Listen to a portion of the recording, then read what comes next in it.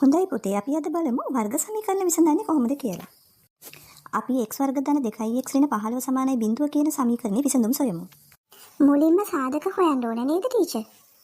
ඔව් කසුන්. එහෙනම් කියන්න බලන්න ගුණ කළාම ඍණ 15 ලැබෙන, එකතු කළාම ධන 2 ලැබෙන සංඛ්‍යා දෙකක් හොයාගන්න ඕනේ. මොනවද ඒ?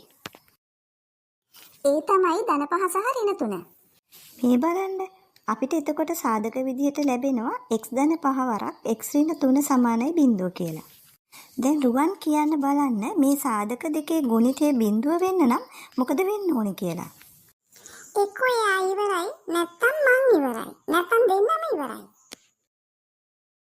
රුවන් ගණිතයේදී ඒක කියන්නේ x සාධකයක්වත් බිඳුවට සමාන වෙන්න ඕනේ කියලා. එහෙනම් x ධන 5 සමානයි බිඳුව හෝ x ඍණ 3 සමානයි බිඳුව. ඔව් ඒ කියන්නේ අපේ විසඳුම් x සමානයි ඍණ 5 සහ x සමානයි ධන 3.